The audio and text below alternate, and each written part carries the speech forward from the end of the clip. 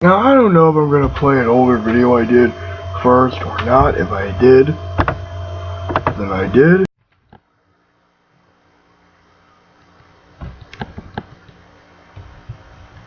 It was weird, but hot.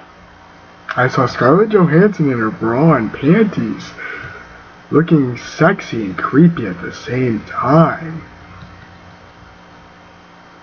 I'm so happy. This is gonna be hot. Or it will suck. One of the two. So, it's a teaser trailer, and I really have no idea what to think of it. Live long and prosper and have a nice day. This older video would be my trailer reaction to this movie. Now, fortunately, I was in the right mindset for it. Under the Skin, starring the lovely and very talented Scarlett Johansson. This movie is such a great film. A good slow burn, something that makes you think, something that makes you analyze, something that makes you question. It's not the type of movie where you can just simply turn your brain off, or a movie that makes you think a little bit, but not too much, like, say, The Matrix or RoboCop, you know. And this movie makes you think about things more than Blade Runner does. I mean, and if you don't know this, I fucking love Blade Runner. And I'm not bashing the original RoboCop and The Matrix. They're two great sci-fi films, but just in terms of the amount of analysis you have to do for this film, it's just fucking great. This film is just great. And I thought about this movie more, and it's like, I fucking love this movie. In fact, I want to watch it again so I can maybe get some more stuff out of it than, you know, what I got. This movie is so much like 2001: A Space Odyssey in terms of its pacing, in terms of its long takes, and in terms of the amount of analysis you have to do. Now, unlike 2001: A Space Odyssey, which is pretty long, this movie's... Okay, well, let me talk to you about how Under the Skin starts. This will contain spoilers. And if you are not up to a really slow-paced science fiction film, then shut the fucking video off right now. Because if you don't like slow-paced movies, you will find this movie boring. Just don't watch this movie in the day.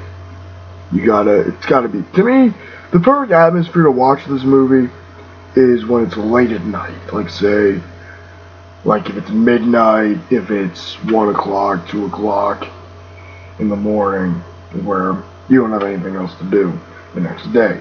Just pop this fucking movie in, and you let it flow through you. You let it go into you. You let your brain turn on you, and you work with the movie. The movie doesn't hold your fucking hand. That's one thing I like about it. How it starts off, it starts out in space with an eclipse image, with a score very reminiscent of 2001: A Space Odyssey. And you know, unlike 2001: A Space Odyssey, it doesn't have that stupid black thing. Like, it's just black with the music and nothing really happening, and you just fast forward that fucking part of the movie because it's pointless, okay? There's no reason that part of the film needs to exist anymore. I'm sorry, film purists, but if there was ever a time to end a film, it would be to take out the first 3 minutes of 2001: A Space Odyssey where nothing's happening. Because it doesn't set up the fucking tone or mood. It's just fucking annoying because you want to see the fucking monkeys. You want to see the apes and shit like that.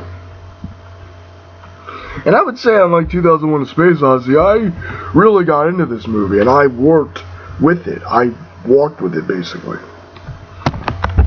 So how it starts off, like I said, is an eclipse image, very reminiscent of 2001: A Space Odyssey. And you start to see how this alien is, of course. Starts off with a man on a bike, the motorcycle man. Takes a dead hooker's body.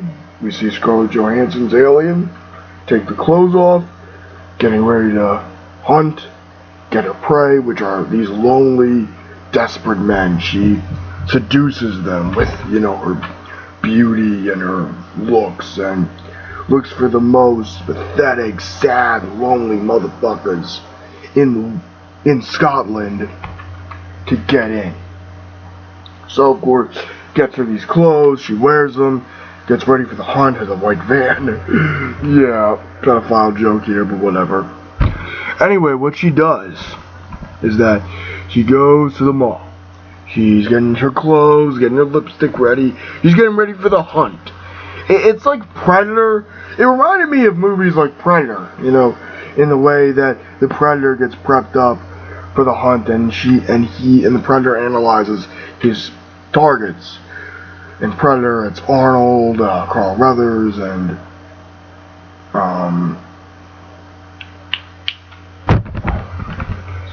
the guy who said, "I ain't got time to bleed," that guy.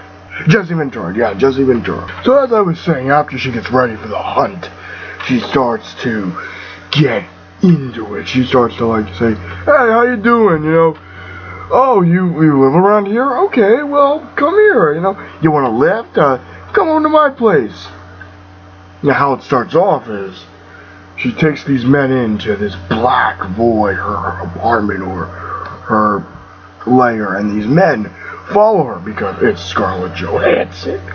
Okay, if a woman that looked like Scarlett Johansson offered you a fucking ride, you would say yes. Okay, you would say yes, and even if you die, because that's what happens, she gets you into this trance, she starts stripping, you start stripping, or one of the guys, each of these guys starts stripping for her, and she slowly, takes her clothes off, cock teasing her victims and the audience. I mean, I'm sorry, I wanted to see this movie because I also wanted to see her naked, because I think after the nude photo incident in 2011, she was like, "Fuck it, show my fucking body naked," which, whatever. Tip my hat off to you, my dear. As I was saying, the first guy she gets is I could assume some jock guy. And afterwards, she goes into the ooze, and she's like, takes her clothes, gets rid of the evidence. Her motorcycle henchman is disposing of the body, and she doesn't get discovered yet. And another guy she meets several guys. She meets another dude at a nightclub, a guy who is flirting with her a little bit, and she, of course, does the same thing to her. This is where it gets interesting, because you start to see what this black goo does. It's this floor of black goo, and the guy falls in, and he sees another one of her victims. And while you could argue that you should have heard some screaming and terror, my interpretation is that this is her ship or her hideout, where she just gets, gear and shit ready. And, it's a void, so you can't hear it, it's like no one, it's like the whole, kind of throwing you back with the whole Alien vibe, Ridley Scott's Alien in space, no one can hear you scream because space is a fucking vacuum, So it's like a vacuum in space, and you see the guy die, and it's a pretty good gruesome scene, I gotta admit. He's naked, and he's into the guy. The other victim looks at this guy, and then he's and then he shrivels up into nothingness and is dead. And you've probably seen this guy. It's the real ugly motherfucker in the trailer. The ugly motherfucker. I'm sorry I forgot the guy's name, but I apologize if I curse too much, but that's just my style. If you don't like it, you can shut off the video. Be my guest. Hasta la vista, baby, whatever. Okay, as I was saying. So she gets the ugly guy, and she starts seducing him, and she's like, "You have nice hands, you have very nice hands, and this is where she starts to, she takes her clothes off more, and this guy she seduces, and obviously he takes his clothes off as the other victim. And one of the funnier, the subtle bits of humor that I really loved in this film was that he's he's really ugly. He's really got some birth defect, and the film doesn't really explain it. In fact, this film doesn't really explain that much throughout exposition, like 2001: A Space Odyssey, it expects its audience to be intelligent enough to follow the story. And I would encourage the people who dismiss this film to give it another chance. Like, please, give this movie another watch before you claim it to be boring. Because I'm telling you, watching this movie late at night, where you gotta be in the right mood for it. I was in the right mood, so I could appreciate it more. I'm just suggesting. From fellow film buffs to another film buff, please watch this if you're in the mood for a slow burn. I can't emphasize this enough. It is a slow burn, and a burn well worth it. So then she meets this other guy who's being nice to her. She's going to like the wilderness to probably really question what she's doing, because earlier in the film she goes to the ocean, tries to get this guy from the Czech Republic. Guy tries to save this woman and her family. You know, after the guy gets ashore, she bashes his fucking head in because she's a fucking hunter. Because that's all she knows is to hunt and to kill. And she leaves this little baby to fucking die, which is cruel and evil. And this is probably the darkest and one of the best performances I've seen out of Scarlett Johansson. Because it requires such very little dialogue out of her. It's a very different role for her. I mean, we've seen her in movies like Match Point, where she was like the victim, you know, kind of seducer, but also victim, or Black Widow and Lucy, where she plays the force to be reckoned with. But we never saw the subtle killer, you know, like the metaphor that Talia al Ghul uses in The Dark Knight Rises, where it's like she's the knife that's slow, the knife that's patient, then that's the knife that cuts deepest. And she is that knife. She is that knife that cuts the deepest. And that's what I love about this movie so much, is that it just takes you on this ride, but like, it's this creepy, unnerving ride where you're going with this alien, and she's becoming she finds this man who's just comes to her. She doesn't come to them.